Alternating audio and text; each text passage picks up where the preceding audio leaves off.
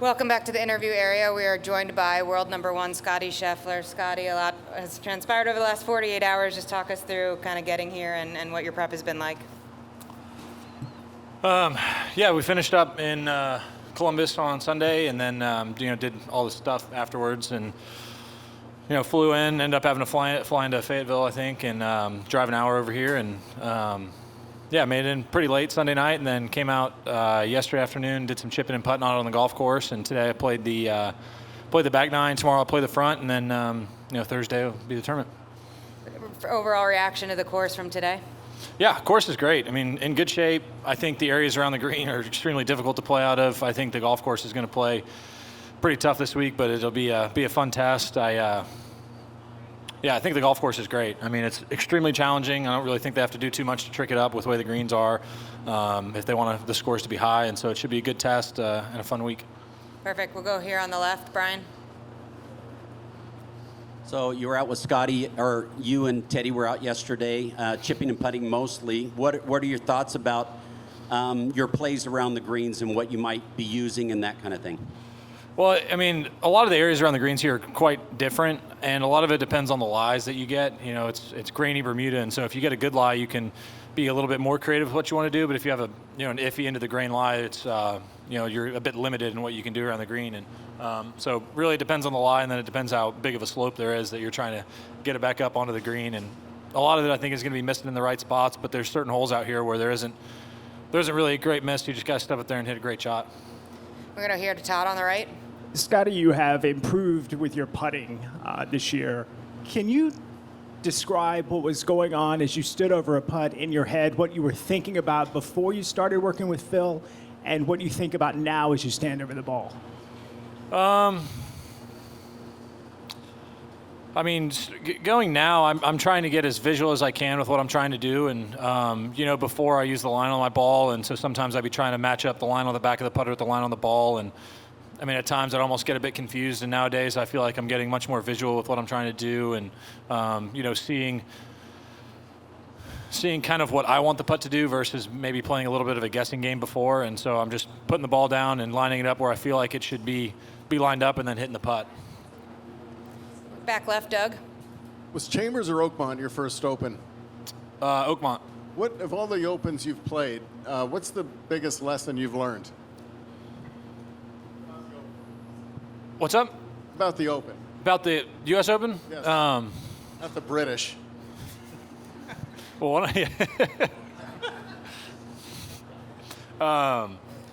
I think a lot of it's patience, and then there's certain areas of the golf courses where you can't really fake it. You just have to step up there and hit great golf shots. I mean, there's certain holes out here where, like especially some of the par threes, where there's not really a place where there's a good miss. It's just you better get up there and you just better hit it right where you're looking, or else you're going to be in big trouble. And a lot of that is just being committed to what you're doing. I can't really worry about where the ball's going to go, because I'm going to hit some really good shots this week that just don't work out, and you're going to make bogeys hitting good shots. That's just the nature of how difficult the golf course is. But what I appreciate about this kind of course is a lot of the areas around the greens are all fairway, and so, I mean, it may be extremely difficult shots, but there's always opportunity. Sometimes when there's heavy rough, there's not really much opportunity for a great shot, and so I appreciate more having the playability of the runoff areas more than heavy rough surrounding every green, and definitely provides a little bit more variety, a little bit more excitement, and a little bit more creativity around the greens. And I believe it's a better test than just having heavy rough over the back of every green. And so courses like this I think are a lot of fun to play. We're going to go to Titus with the first tee here on the right. Hello, my name's Titus. Question I'd like to ask is, last weekend when you triple bogeyed that hole, you seemed to stay a little bit calm. How did you keep from getting frustrated from your bad shots? It's a good question. I was very frustrated, so I'm glad you couldn't tell. But I think I've learned over the course of my career to stay as patient as possible. And when I made a triple on that hole, I really didn't hit that bad of a shot. It just hit a tree and went out of bounds. And I kind of reminded myself that I was playing good golf, and as long as I kept a good head on my shoulders, I could continue to kind of go about my day, and was able to bounce back nicely. And I think that's something that you just learn playing more and more golf, that bad breaks are going to come, but it's more about your response to those things than really receiving the bad break. Just because, of course, of a 72-hole tournament, you're going to get plenty of bad breaks and hit plenty of bad shots. It's more about how I'm going to recover from those shots. We're going to go on the left here and then right in front of Brendan. Hey, Scottie, a lot of players have come in here and said great things about you, and Xander even mentioned the state of your game in his winner's press conference at the PGA. Have you heard any of that, and what does it mean to you to hear your fellow players say such things? Well, yeah, I think it's nice to hear a little bit of good things from my peers, because I think we all try to bust each other up a little bit at times when we're out there playing and competing, and I think that's part of just the friendship bond, is you want to mess with your buddies, and so to hear some compliments every now and then is definitely nice. And I always look back on being selected for my first Ryder Cup team, of kind of having the vote of some of the guys, and I wasn't really a proven player out here yet. I hadn't won on tour, and I got the vote of some of my peers to be on that team and was able to perform well. And so that's something that I always look back on. I'm very grateful for. I'm very grateful that those guys wanted me on that team, and I felt like it was a big moment in my career. And so I'm thankful to have a lot of the friendships that I have out here, and it's a joy to be out here playing with these guys and compete with them, and it's a lot of fun. Left aisle, Brendan. Hey, Scottie.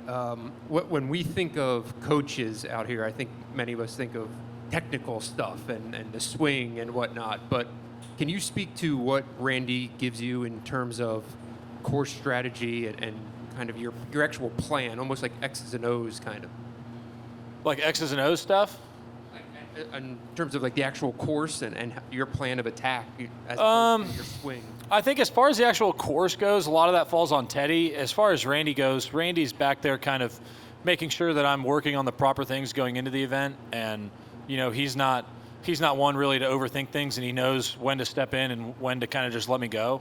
And I think that's one of the most important things with the coach is, especially with Randy, is he can almost tell sometimes when I'm not really swinging at my best, and he'll step in, and then other times when I'm playing really well, he'll kind of just sit there and watch, and we'll hang out and have fun. And he's always done a good job of keeping things loose, because at times I think I take myself a bit too seriously when I'm out there practicing, and Randy's definitely not a guy that takes himself too seriously. We're going to here on the right. Hey, Scottie. This is a bit of an oddball question, but we're working on a story about your technique, specifically how you shape your shots. Is there any one tip or technique you could give, like the average weekend duffer, on what you do to hone and drill that part of your game? I think a lot of it is just trial and error, learning what shots work, or learning what shots don't. A lot of it goes back to my practice and preparation. Is when I hit a shot in a tournament, it's not a shot that I haven't hit before. I'm never trying something that I've never done. And so when it comes to putting in time and practice, I put time and effort into my form, and then I usually go right into hitting and creating shots. That's always a huge part of how I practice and prepare. And so when I'm out there on the golf course, I'm never trying to do something that I haven't done before. I can always look back and remember practicing that shot and hitting it on the range and hitting it under the gun, because it's something that I've done before. I'm never doing anything that is out of the ordinary to me, I don't feel like. We're going to hear left corner and then Sean Martin. Scottie, Xander said after the PGA that some of the guys in your group text roasted you over what happened at Valhalla with you, and I don't know if you saw yesterday a fan drove into a Louisville golf club with a fake policeman kind of dragging along his car. I just wondered, have you seen any of that stuff, and are you able to laugh about that sort of stuff now? Yeah, well, I mean, it's kind of hard not to laugh at that the guy, who did that. But I didn't see any videos. Xander did tell me about it yesterday. He got a pretty good kick out of it. But yeah, I think that's part of just having good friends. If all they did was make fun of me, it'd be a bit different. It wouldn't be as fun. But they're great guys and they're great friends, and so you got to be able to look in the mirror and laugh at yourself too. I mean, like I said, I don't love reliving it, but sometimes being able to laugh about it is a good skill too. And so when they make jokes, I mean, it's definitely hard not to laugh, especially with some of my good buddies. They're pretty funny with it. Sean. Is there a time during this run where Randy has stepped in and given a really good piece of advice that kind of has kept the good play going, or have you not needed much intervention? No, I think Randy's really good at giving me kind of the right pieces of information. I remember after the first round at the Masters, I was not feeling good about my swing at all the first day. I felt like I was using all hands, and I was fortunate to shoot what I shot in the first round just based on how my swing was feeling. I remember going to the range after the first round and Randy was like, man, that was a great job, great round, yada, yada, yada. And I was like, listen, my swing felt pretty bad today. We need to figure this out. And about 5 minutes later, he gave me a little tip with my grip, and I hit a couple shots and felt exactly what I needed to feel. And then it was over from there. In my head, I felt what I needed to feel, and then I hit about 5 more balls, felt what I needed to feel, and then went out and continue to play. And so Randy's always been really good at not overthinking things and giving me a little piece of advice. And I mean, I mess around with him a lot, but he really is kind of a savant when it comes to the swing. He has such a good understanding of my swing and where I need to be. And so whenever I have a question, he usually is able to come up with a pretty good answer. And if not, then we can go to a little bit of trial and error. But sometimes he just nails it like he did that week. I'm not telling you. Back left, Adam. Hey, Scottie. How's it been compartmentalizing Scottie Scheffler, the golfer, and Scottie Scheffler, the dad, over the last little while? With some of the circumstances that have been going on around outside the golf course, it's been a bit more challenging. But overall, I feel like when I'm at home, having Bennett around is almost easier to not be on my phone, not be watching TV. I just want to hang out with him and hang out with Mare, and rocking him to sleep puts me to sleep. And being at home is fun. There's definitely I haven't been bored at home in quite some time, that's for sure. And so time is always filled, and it's filled with great things. Hanging out with my son and hanging out with my wife, and so that part of it has been really nice. But yeah, some of the circumstances around the golf course have made it, I'd say, a bit more challenging. Front to Brian. Yeah, Scottie, how aggressive can you be here on this golf course, or is it mostly a defensive approach? I think it's a mix because, like I said, there's certain holes out here where you have to just step up and hit a great shot. Like some of the par threes, Teddy and I are kind of walking around trying to figure out where you missed into certain pins, and it's like, it's not really a good spot here. You better just hit it in the middle of the green and try and two-putt. And so there's a lot of that out here, and I think it's kind of fun too, and there's not really any hazards on the golf course. It's not like we're hitting over ponds or your ball's rolling back into water or into bunkers you can't get up and down out of. I mean, there's definitely some areas where you're going to be extremely challenged, but I feel like there's always opportunity. Like, since it's fairway, there's opportunity for great shots, and the landing area may be literally this big in order for you to hit a great shot, but there's always opportunity. And so I feel like you're never out of the hole, but you're also not too far away from making a huge number. So you really got to manage your way on the golf course and execute where you need to. A few more front left, Jonathan. Yeah, so your 5 wins this year, players have done that in the past 10 years or 25 years. It's Tiger a couple times, Jordan Spieth, Justin Thomas. Have you talked with those guys about handling what this kind of run, or is it something y'all don't discuss as friends and colleagues? Yeah, I haven't really discussed that with anybody. I try not to think about the past too much, and I try not to think about the future too much. I just try and live in the present, and sometimes it's easier and sometimes it's a bit harder. I feel like coming off after last week, I was really excited and celebrated for a few minutes there, but then my mind kind of just goes on to the next thing. I was getting ready, trying to get out of there and get ready to prep here for next week. And so I'm not thinking about my wins anymore. All I'm focused on is this week and getting ready to play. Just because I won last week doesn't give me any shots against the field this week. We all started even par, and the field is level again starting on Thursday. So last week doesn't really matter. Back left, back to Doug. Great. I had a question about the past. If you went back, Scottie, a couple years, couple months to when you first started winning, can you recall a time where you first felt that there was a target on your back like there is now, and is that something you had to learn how to deal with? I still don't feel like there's much of a target on my back. Like I said, when we start the tournament week, we're all at even par, and it's not like anybody's out there playing defense. Like when I play with Xander and Rory here on Thursday and Friday, they're not going to be saying weird stuff to me out on the golf course or trying to block my putt from going in the hole.